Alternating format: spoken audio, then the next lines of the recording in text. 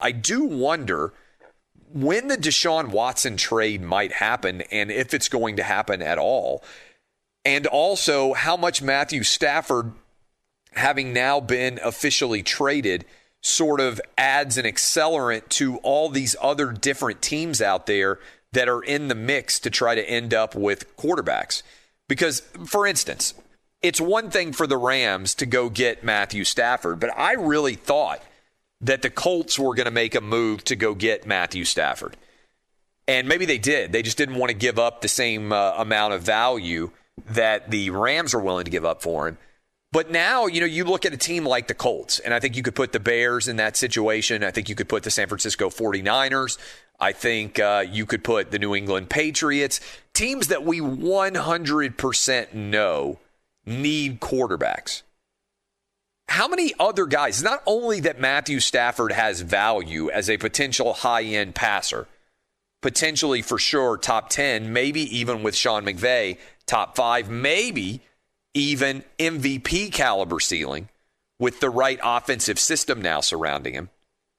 How many guys out there really are you going to be excited about now if you are a Colts fan, if you're a Bears fan, if you're a Patriots fan, or if you're a 49ers fan?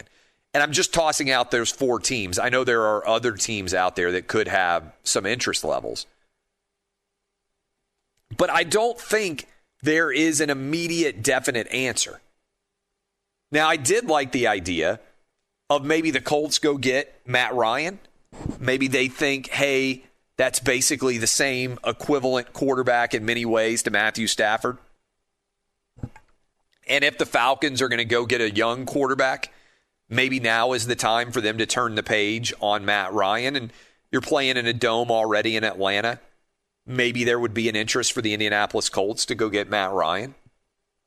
But I thought it would have been an easy trip to make to send Matthew Stafford from Detroit down to Indianapolis, continue to play in domes. I was a little bit nervous as a Tennessee Titan fan that I thought that might happen. What would you do, Dub? Because the challenging thing here is not just that the Rams are getting Matthew Stafford. It's that their aggression is putting the San Francisco 49ers in a tough spot. Colts, Patriots, and Bears, all 4 of those teams really don't have a definite starter right now. And, look, there are guys out there that might be available. I ran through the list of available quarterbacks, and maybe you just sit back and you say, well, if we can't get Andrew Luck to come back, and let's see, maybe we're not going to be able to make a move to go get Matt Ryan.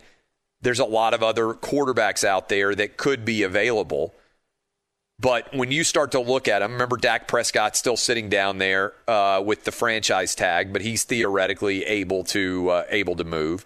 Sam Darnold, Carson Wentz, Jimmy G, Cam Newton, Teddy Bridgewater, Mitch Trubisky, Jameis, Ryan Fitzpatrick, Alex Smith, Roethlisberger. It sounds like is going to take a cut. I mean, who's your guy at those spots?